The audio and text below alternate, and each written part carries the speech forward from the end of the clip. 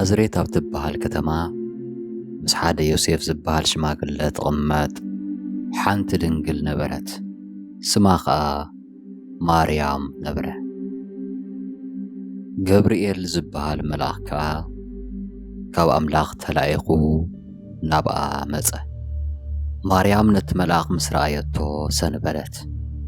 ከምዚ ዝበለ ሰላምታስ እንታይ ኮን ይኸውን?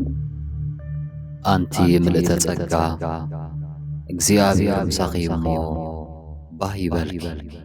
ንስኺ ካብ ኩለን ኣንስቲ ዝተባረኽኪ ኢኺ። ማርያም ኣብ ቅድሚ ኣምላኽ ጸጋ ረኺብኪ እሞ ኣይትፍሪ። ክትጠንሲ ወዲ ድማ ክትወልዲ ኢኺ። ስሙ ኸዓ ኢየሱስ ክትብልዮ ኢኺ። ንሱ ወዲ ትልዑል ኣምላኽ ክበሃል እዩ። እግዚኣብሔር ኣምላኽ ድማ ዝፋን ኣቦ ዳዊት ክህቦ እዩ። ንሱ ኣብ ቤት ያዕቆብ ንዘለዓለም ክነግስ እዩ። መንግሥቱ ኸዓ መወዳእታ የብላን። እነሆ ኣነ ባሪያ እግዚአብሔር እየ፣ ከም ቃልካ ይኹነለይ። ሄሮድስ ዝበሃል ሓደ ኣዝዩ ጨካን ንጉሥ ከዓ ኣብ ይሁዳ ነጊሱ ነበረ። በቲ ቅነ ድማ ኩሉ ሰብ ነናብ ዓዲ ኸይዱ ክጽሓፍ ካብ ቄሳር ኣውግስጦስ ትእዛዝ ወፀ። ነፍሲ ወከፍ ሰብ ከዓ ክጽሓፍ ነናብ ዓዱ ከደ። ዮሴፍ ድማ ካብ ቤት ዳዊትን ካብ ዓሌቱን ስለ ዝነበረ ካብ ገሊላ ካብ ዓዲ ናዝሬት ምስ ማርያም ናብ ቤትልሔም እትበሃል ዓዲ ዳዊት ናብ ይሁዳ ክጽሓፍ ተበገሰ።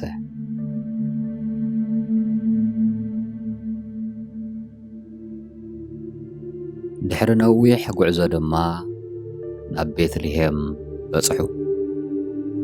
ኣብኡ ከለዉ ኸዓ ማርያም ግዜ ሕርሳ በጽሐ። ኣብቲ ማሕደር ኣጋይሽ ስፍራ ስለ ዘይነበሮም ድማ ናብ መብልዕ ማል ከዱ። ኣብኡ ኸዓ ሕፃን ኢየሱስ ተወልደ።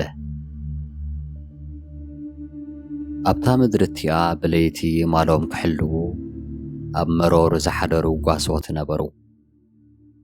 መልኣኽ እግዚኣብሔር ከዓ ኣብ ጥቓኦም ደው በለ። ክብሪ እግዚኣብሔር ኣብ ዙርዮም ኣብረኸ። ብዙሕ ፍርሓት ከዓ ፈርሑ።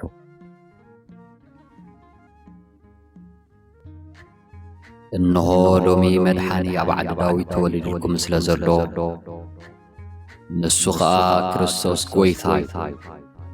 ንኹሉ ሕዝቢ ዝኸውን ዓብዪ ሓጐስ ኣበስረኩም ኣለኹ እሞ ኣይተፍርሑ። ኣብ መብልዕ ማል ብዓለባ ተጠቕለለ ሕፃን ደቂሱ ክትረኽቡ ኢኹም። ስብሐት ለእግዚአብሔር በሰማያት ስብሐት ለእግዚአብሔር በሰማያት ወሰላም በምድር ስምረቱ ለሰብ ሃሌሉያ ሃሌሉያ ሃሌሉያ ሃሌሉያ አሜን ሃሌሉያ ሃሌሉያ ሃሌሉያ ሃሌሉያ አሜን ሃሌሉያ። እቶም መላእኽቲ ካባታቶም ናብ ሰማይ ምስ ደየቡ እቶም ጋሶት ንሓድሕዶም ዘእግዚኣብሔር ዝገለጸልና ነገር ክንርኢ ንዑናይ ናብ ቤተልሔም ንኺድ ተባሃሉ። በታ ለይቲ ኸዓ ከምቲ እቲ መልኣኽ ዘበሰሮም ክርስቶስ ተወልደ። ንማርያምን ዮሴፍን ነቲ ሕፃን ከዓ ኣብ መብልዕ ማል ደቂሱን ረኸቡ። እቲ መሲሕ ንሱ እዩ፣ እቲ ናይ ኩሉ ዓለም መድሓኒ ዝኾነ መሲሕ። ሰብ ጥበብ ከዓ እቲ ተወልደ ንጉሥ ኣይሁድ ኣበይ ኣሎ? ኮኸብ ካብ ምብራቕ ርኢና እሞ ክንሰግደሉ መጺና እናበሉ ካብ ምብራቕ ናብ ኢየሩሳሌም መጹ። ንጉሥ ሄሮድስ ነዚ ሰሚዑ ሰንበደ። ነቲ ዝተወልደ ንጉሥ ኣይሁድ ደሊና ኢና መጺና። ከመይ ጌርኩም ግን ኣብዚ በጺሕኹም? كوخب كاب رحوق مبراق مريحوم صيرنا بلو خيدمو بزعبات هصان الرقاقيزكم مرمرو مسرخبكمو أنا خامس متان كسجدلو أفلطوني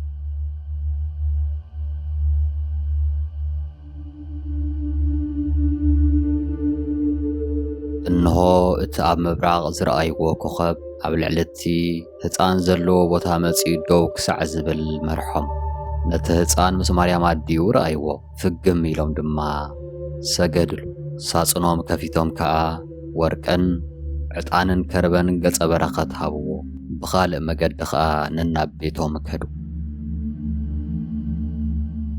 شعو هيرودس سب طباب كم زلا قصلو مسرعايه بزح كور يمو نخلوم هصانات بيتلهيمن أب كلو قروبتات نزصنحن ودخلت عامتن كابون تحت النزلو ليخو أغتله بتاليت التيا ملاخ እግዚአብሔር يوسف بحلمي ترايو هيرودس نزه هصان قتلو يدل لمو تنسى نته هصان نديون حسكان اب ግብጽ هدم كسع زنغرك خا ابو صنح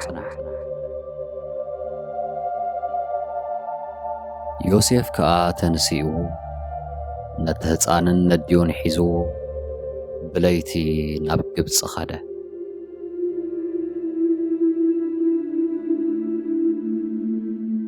كم هيرودس زاززو خا هصانات كقتلو جمرو شعو التبنبي إرمياس أبراهما دمص تسمعه وايتان بزح بخياتن راهيل سلدك بخيت تودي يمو مدباس أبيت تبعله تفصمه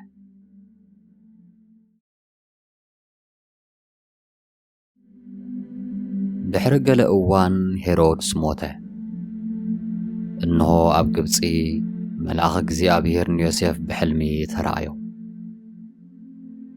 እቶም ህይወት ዝህፃን ዝደልዩ መይቶም የሞ ተንስእ ነዚ ህፃንን ነድዩን ሒዝካ ናብ ምድሪ እስራኤል ኪድ ንሱ ኸኣ ተንስኡ ነቲ ህፃንን ነድዩን ሒዙ ናብ ምድሪ እስራኤል መፀ እቲ ብነቢያት ናዝራዊ ክበሃል እዩ እተባህለ መን ትኽፍጸም ድማ ናዝሬት ናብ እትበሃል ዓዲ መጺኡ ተቐመጠ